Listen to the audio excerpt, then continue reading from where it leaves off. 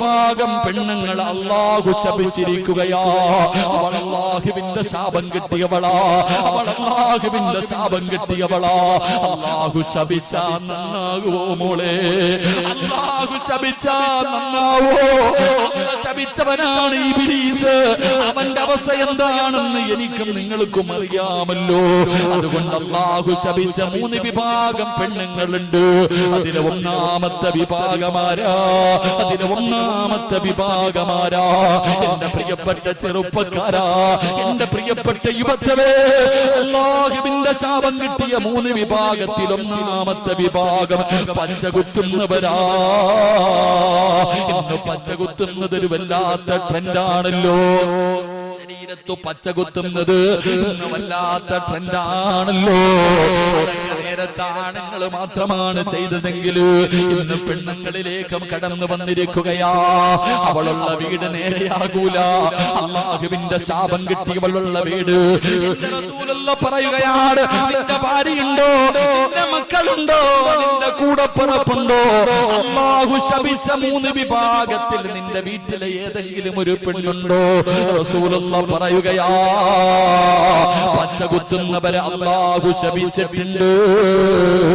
രണ്ടാമത്തെ വിഭാഗം ആരെന്നറിയോ? ചെറുപ്പക്കാരാ, നീ ചോദിക്കുമല്ലോ, ഉസ്താദേ എന്ത് ചെയ്തിട്ടും ഞാൻ എന്തേ നേരെയാകാത്തത്? ഞാനെന്ത് കച്ചവടം ചെയ്താലും പൊളിയുന്നല്ലോ, എന്തെല്ലാം ഉണ്ട് ഉസ്താദേ, പറക്കത്തില്ലല്ലോ, വയറ് നിറയുന്നില്ലല്ലോ, തൃപ്തിപ്പെടാ കഴിയുന്നില്ലല്ലോ. എന്റെ ചെറുപ്പക്കാരാ, വീട്ടിൽ പോയിട്ട് നോക്കടാ. അല്ലാഹുവിന്റെ റസൂല് പറയുന്നു, പടച്ച റബ്ബ് ശപിച്ച രണ്ടാമത്തെ വിഭാഗമാരാ? സൗന്ദര്യത്തിന് വേണ്ടി മുഖത്തെ മുടി പറിച്ചു കളയുന്ന പെണ്ണ്. നീ അല്ലാഹുവിന്റെ ശാപം കിട്ടിയവളാ. വീട്ടിൽ ചെന്നിട്ട് ഭാര്യയുടെ പിരിയത്തിൽ നോക്കടാ ചെറുപ്പക്കാരാ. നിന്റെ ഉമ്മയുടെ വയറ്റിൽ കിടന്ന തെറ്റ് കണ്ടാ തിരുത്തേണ്ടവനാണ് നീ. നിന്റെ പെങ്ങളുടെ നെറ്റിയിൽ അവളുടെ മുഖത്തേക്ക് നോക്ക്, നിന്റെ സഹോദരിയുടെ മുഖത്ത് നോക്ക്, നിന്റെ ഭാര്യയുടെ മുഖത്ത് നോക്ക്, നിന്റെ പെമ്മക്കളുടെ മുഖത്ത് നോക്ക്. ഇന്ന് പെണ്ണുങ്ങളല്ല സൗന്ദര്യവർദ്ധനവിന് വേണ്ടി പടച്ചവനെ അവരുടെ ശരീരത്തിലെ മുടി പിടിത് കളയുകയാണ്. ഇന്നെല്ലാം മോഡലാ, പുടുത്ത നാറുപടി പൊന്നുമോള്, മണ്ണ് തിന്നണ്ട ശരീരവാ. എത്രയൊക്കെ സൗന്ദര്യമുള്ളവളാണെങ്കിലും 3ന്റെ അന്ന് കബറങ്ങാടം പൊളിച്ചാ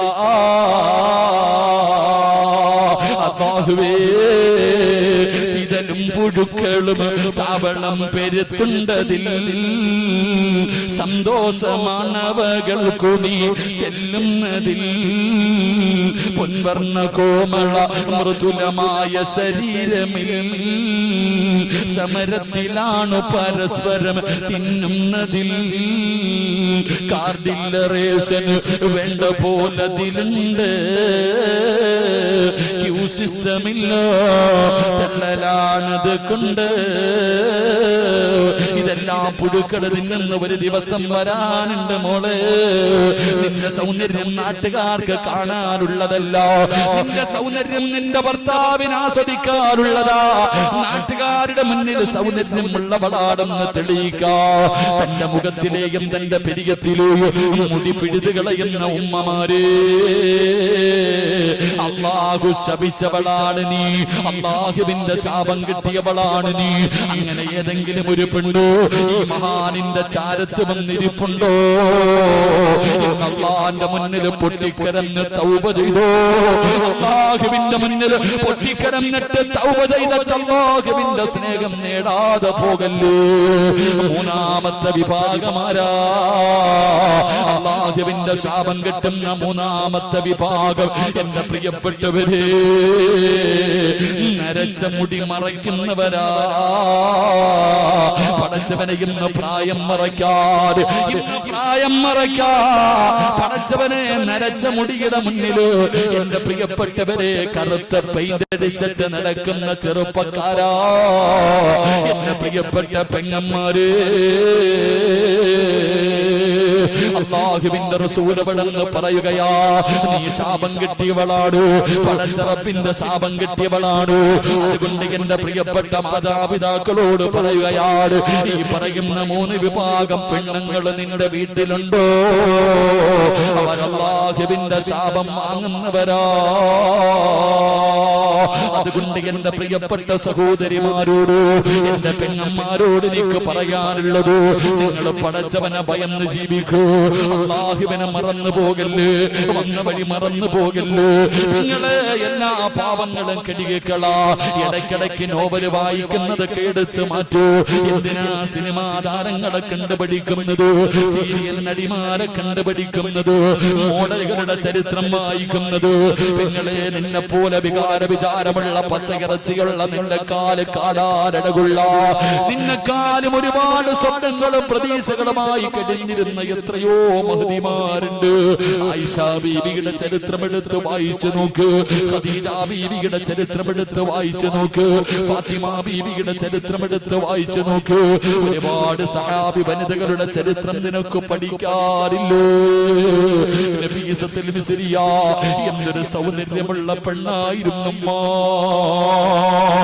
മിസ്റിന്റെ മാണിക്യത്തിന്റെ ചരിത്രം നീ വായിച്ചു നോക്കാത്തതുണ്ട്. നൂറിൽ മിസ്രിയാനെ നിനക്കറിയുമല്ലോ, മൈമൂനത്തിൽ മിസ്രിയാനെ നിനക്കറിയുമല്ലോ. ഒരുപാട് മഹദികളുടെ ചരിത്രം നിനക്ക് പഠിക്കാനുണ്ടല്ലോ. ഇടയ്ക്കിടയ്ക്ക് സമയം കിട്ടുമ്പോ അവരൊക്കെ അവരുടെ ചരിത്രങ്ങളും വായിച്ചു നോക്കിയിട്ട് നിന്റെ ജീവിതത്തിൽ മാറ്റം വരുത്താ തീരുമാനിച്ചോ? എന്റെ പ്രിയപ്പെട്ട പെങ്ങൾക്ക് ഞാനൊരു ചരിത്രം പറഞ്ഞു തരാ. മഹാനായ നബി മുഹമ്മദ് മുസ്തഫ സല്ലല്ലാഹു അലൈഹി വസല്ലമ തങ്ങള്, എന്റെ പ്രിയപ്പെട്ട പെങ്ങള്, സ്വന്തം നിലനിൽപ്പിന് വേണ്ടി പടച്ച റബ്ബിന്റെ ദീൻ മറന്നു പോകുന്ന ഏത് വൃത്തികേടുകൾക്കും കൂട്ടു നിൽക്കാൻ തയ്യാറാകുന്ന യുവത്വേ, അല്ലാഹുവിന്റെ പ്രവാചകൻ അവിടെന്ന് പറയുകയാണ്, ദഖൽതുൽ ജന്ന വസമിഅത് ഖശബതൻ. അല്ലാഹുവിന്റെ പ്രവാചകൻ സ്വർഗ്ഗത്തിലൂടെ നടന്നു പോകുമ്പോ അതാ മുത്തുനബിയുടെ മുന്നിലൂടെ സ്വർഗ്ഗത്തിലൊരു പെണ്ണിങ്ങനെ നടന്നു പോവുകയാ. അല്ലാഹുവിന്റെ പ്രവാചകന്റെ മുന്നിലൂടെ സ്വർഗ്ഗത്തിലൊരു പെണ്ണിങ്ങനെ നടന്നു പോവുകയാണ്. ആരാണെന്നറിയുന്നില്ല. അല്ലാഹുവിന്റെ റസൂലിനെ വല്ലാത്ത അത്ഭുതമായി പടച്ചവര്, എന്നെക്കാലം മുമ്പേ സ്വർഗ്ഗത്തിലൊരു പെണ്ണ് കടന്നു പോകുന്നു. മുത്തുനബിയാണ് സ്വർഗ്ഗം തുറക്കുന്നത്. അല്ലാഹുവിന്റെ പ്രവാചകന് സ്വർഗ്ഗത്തിലേക്ക് കടന്നു ചെല്ലുമ്പോ അല്ലാഹുവിന്റെ പ്രവാചകന്റെ മുന്നിലൂടെ നടന്നു പോകുന്ന ഒരു പെണ്ണിനെ കാണുകയാണ്. അല്ലാഹുവിന്റെ റസൂൽ ചോദിക്കുകയാണ്, ഫഖുൽതു മൻ ഹൗലാ, ആരാ എന്റെ മുന്നിലൂടെ നടന്നു പോകുന്ന ആ പെണ്ണാരാ? ആ സമയത്ത് മലക്കുകൾ പറയുകയാണ്, യാ റസൂലല്ലാഹ് ഹാദിഹി റുമൈസ, അത് റുമൈസയാണ് നബിയേ, അത് റുമൈസയാണ് നബിയേ. ആരാണ് റുമൈസ എന്നറിയുമോ? അനസ് ഇബ്നു മാലിക് റളിയല്ലാഹു തആല അൻഹു, അനസ് റളിയല്ലാഹു തആല അൻഹുവിന്റെ പ്രിയപ്പെട്ട മാതാവാണ് മഹ്ദി ഉമ്മു സുലൈം. ഉമ്മു സുലൈം റളിയല്ലാഹു തആല അൻഹ, എന്റെ പ്രിയപ്പെട്ട പെങ്ങന്മാർക്ക് ആ സഹാബി വനിതയുടെ ചരിത്രം അറിയുമോ? അനസ് റളിയല്ലാഹു തആല അൻഹുവിന്റെ ഉമ്മയാണ്. അല്ലാഹുവേ, മഹ്ദിയുടെ ചരിത്രം എടുത്ത് വായിച്ചു നോക്ക് പെങ്ങള്. അല്ലാഹുവിന്റെ ദീനിന് വേണ്ടി സ്വർഗം കിട്ടാൻ എന്തൊക്കെ ത്യാഗം സഹിച്ചവനെന്നറിയുമോ? പരിശുദ്ധ ദീനിനെ കുറിച്ച് കേൾക്കുകയാണ്, മുത്തുനബിയെ കുറിച്ച് കേൾക്കുകയാണ്. ഉമ്മു സുലൈം റളിയല്ലാഹു തആല അൻഹ മുസ്ലിമാവുകയാ. അല്ലാഹുവിന്റെ ദീനിലേക്ക് ഷഹാദത്ത് കലിമ പറഞ്ഞിട്ട് കടന്നു വരികയാണ്. മുസ്ലിമായിട്ട് ഉമ്മു സുലൈം എന്ന പെണ്ണ് തന്റെ പൊന്നാര അനസ് എന്ന് പറയുന്ന പിഞ്ചു മകന്റെ കയ്യിൽ പിടിച്ചുകൊണ്ട് വീട്ടിലേക്ക് കടന്നു ചെല്ലുമ്പോ മാലിക് എന്ന ഭർത്താവ് പറയുന്ന, ഉമ്മു സുലൈം, എനിക്ക് നിനക്ക് എന്നെ വേണോ, പുതിയ മതം വേണോ?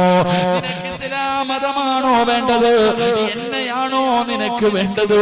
ഭർത്താവ് തന്റെ ഭാര്യയോ ചോദിക്കുമ്പോ കുഞ്ഞിനെ കയ്യിൽ പിടിച്ചിട്ട് ഉമ്മു സുലൈം പറയുന്നു, മാലിക്കേ, എനിക്ക് നിങ്ങളെക്കാളും വലുത് അല്ലാഹുവിന്റെ ദീനാ.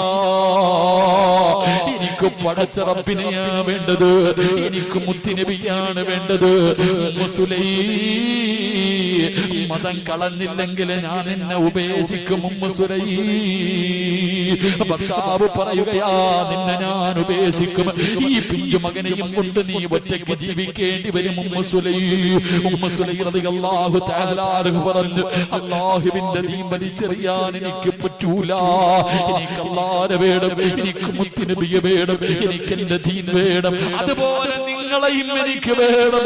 നിങ്ങളെ ഉപേക്ഷിക്കാൻ എനിക്ക് കഴിയില്ല. അതാ ഉമ്മു സുലൈം റളിയല്ലാഹു തആല അൻഹയുടെ മറുപടി കേൾക്കുമ്പോൾ മാലിക് എന്ന് പറയുന്ന ഭർത്താവുണ്ടല്ലോ, പടച്ചവനെ തന്റെ പൊന്നാര മകനെ കയ്യിലേൽപ്പിച്ചിട്ട് അവിടെ വീട്ടിൽ നിന്നിറങ്ങി പോവുകയാണ്. ചോരക്കുഞ്ഞിനെ മാറിടത്തിലേക്ക് ചേർത്ത് പിടിച്ചിട്ട് ഉമ്മു സുലൈം നിന്ന് കരയുകയാ. എന്ത് ചെയ്യണമെന്നറിയില്ല.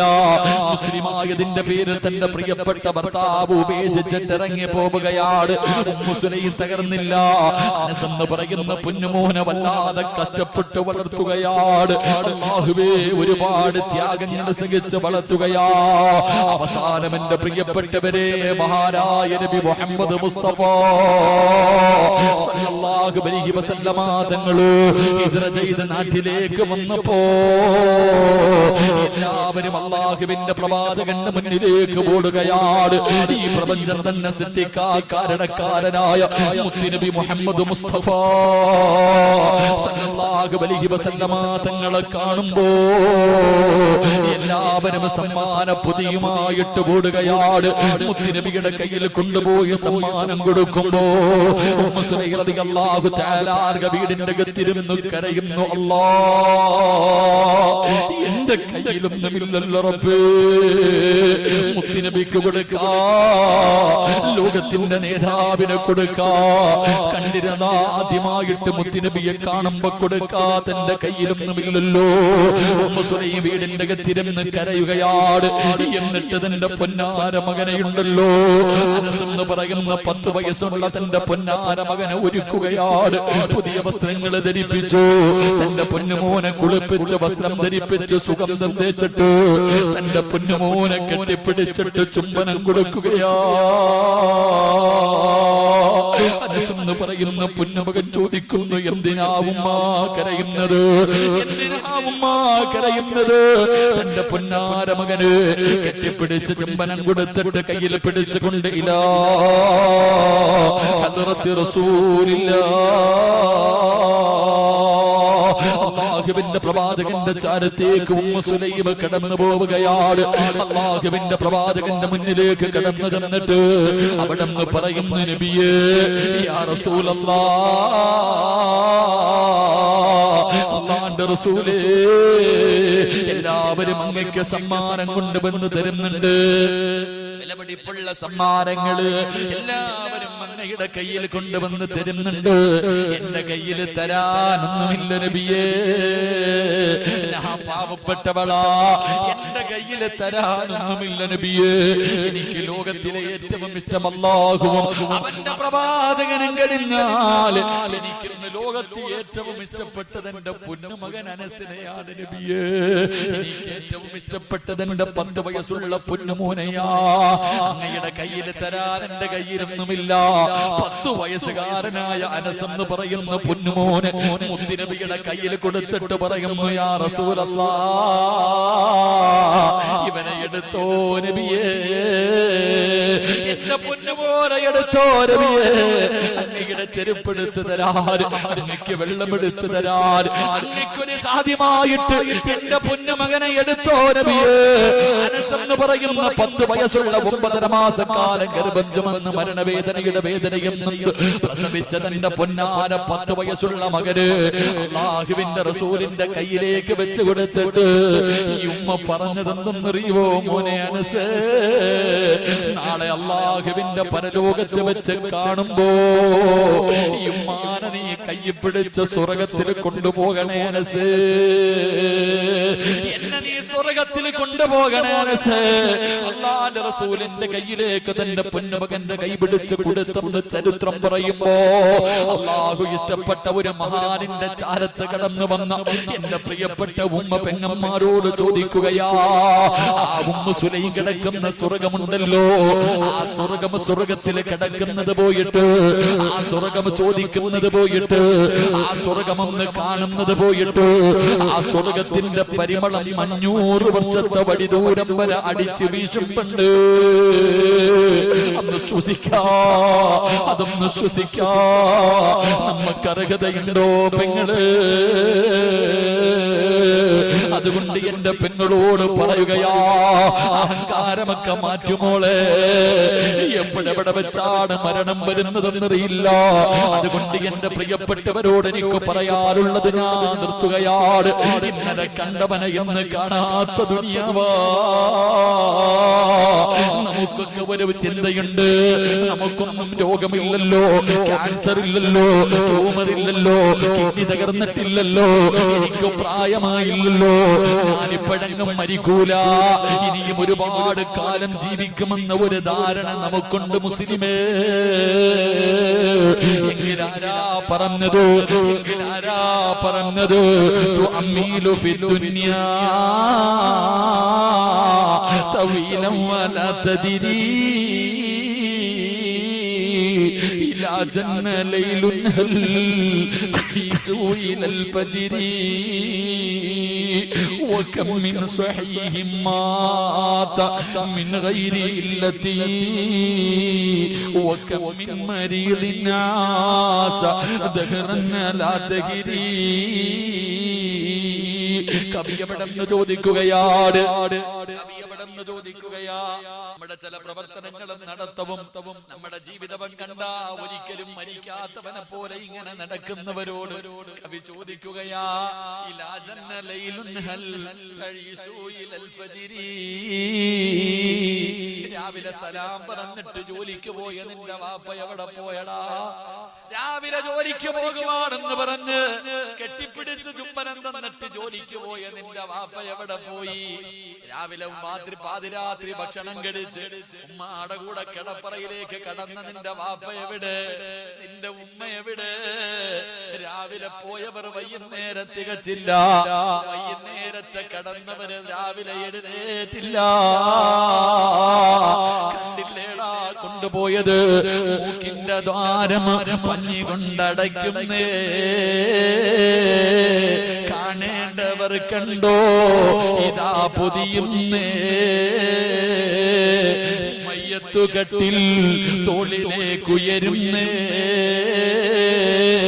പുരയ്ക്കുള്ളിലപ്പോൾ രോദനം ഉയരുന്നേ. അരുമക്കിടാങ്ങൾ വാപ്പയെ വിളിക്കുന്നേ. അതിനുത്തരം നൽകാതെ നീ കിടക്കുന്നേ.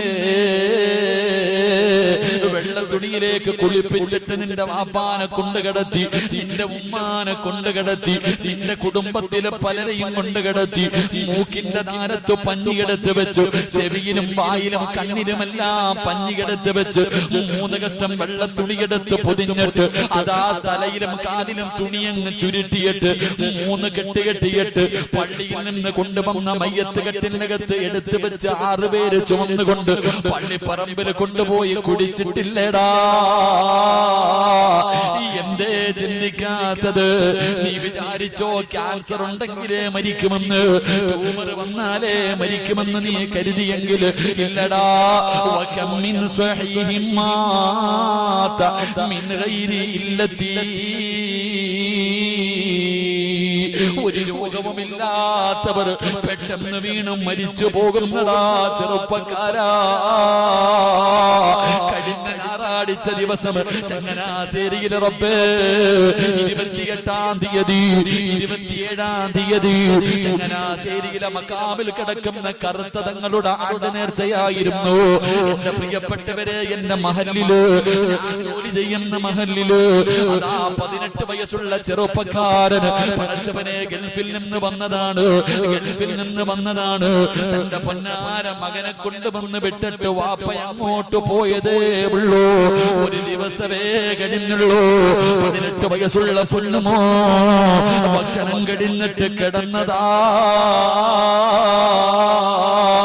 സുബഹിക്ക് എഴുന്നേറ്റില്ല മോനെ. ചെന്ന് നോക്കും നോക്കുമ്പോ അവന്റെ ശരീരം തണുത്ത് വിറച്ചിരിക്കുകയാ. അവന് ക്യാൻസർ ഇല്ല, അവന് ട്യൂമർ ഇല്ല, ഒരു മാരക രോഗവുമില്ല, അവൻ അറ്റാക്ക് ഉണ്ടാകാ, കൊളസ്ട്രോൾ ഇല്ല, ബ്ലോക്ക് വന്നിട്ടില്ല, രാത്രി കിടക്കുമ്പോ ഒരു തലവേദന പോലുമില്ലാത്ത 18 വയസ്സുകാരമെന്നാറടി മണ്ണിന്റെ അകത്താ.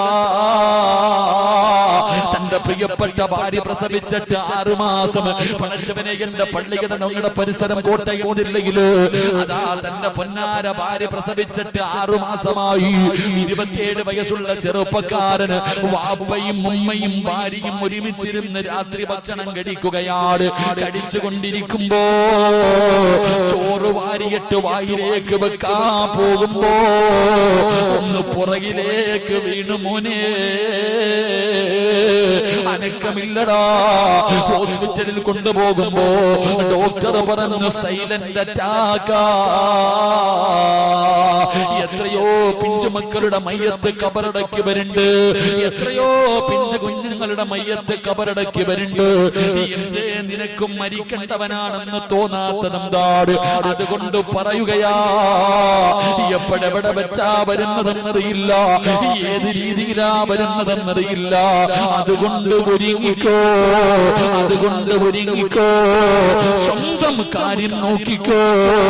ഇതാ നസ്റുല്ലാഹി വൽ ഫത്ഹ് വറഅയ്ത الناس يدخلون في دين الله أفواجا فسبح بحمد ربك واستغفره إنه كان توابا. ഇത് മുത്തുനബിയുടെ മരണമെടുത്തു എന്ന് അല്ലാഹുവിന്റെ റസൂലിന്റെ മുന്നിൽ ജിബ്രീൽ വന്നറിയിച്ച ഒന്നാമത്തെ അടയാളമാ. അതുകൊണ്ട് എനിക്കും നിങ്ങളോട്, എന്റെ നഫ്സിനോടും നിങ്ങളോടും എനിക്ക് പറയാറുള്ളത്, സമയമായി, ഈ ലോകം തകരാ സമയമായി. അതിന്റെ അഹങ്കാരമാ കാണുന്നത്. അല്ലാഹുവേ, അതിന്റെ മുമ്പുള്ള പ്രവർത്തനങ്ങളാ കണ്ടുകൊണ്ടിരിക്കുന്നത്. ഇതെല്ലാം ഇടിഞ്ഞു വീഴാറായി. വേണമെങ്കിൽ ഒരുങ്ങിക്കോ, വേണമെങ്കിൽ നന്നായിക്കോ, വേണമെങ്കിൽ പടച്ച റബ്ബിന്റെ സ്നേഹം പിടിച്ചു പറ്റിക്കോ, എന്നിട്ട് രക്ഷപ്പെടാൻ നോക്കിക്കോ. അതുകൊണ്ട് ഫസബ്ബിഹു ബിഹംദി റബ്ബിക, അല്ലാഹുവിലേക്കടുത്തോ, അല്ലാഹുവിലേക്കടുത്തോ. പടച്ച റബ്ബിന്റെ സ്നേഹം വാങ്ങി വെച്ചോ. ഇസ്തിഗ്ഫാറുകൾ അധികമായിട്ട് പറഞ്ഞോ.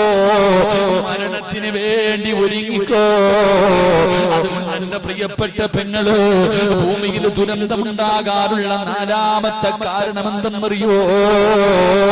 എന്റെ പ്രിയപ്പെട്ട പെങ്ങന്മാരെ, എല്ലാ പെണ്ണുങ്ങളെയും ഞാൻ കുറ്റപ്പെടുത്തുന്നില്ല, ഞാൻ നിങ്ങളെ ആക്ഷേപിക്കുന്നില്ല.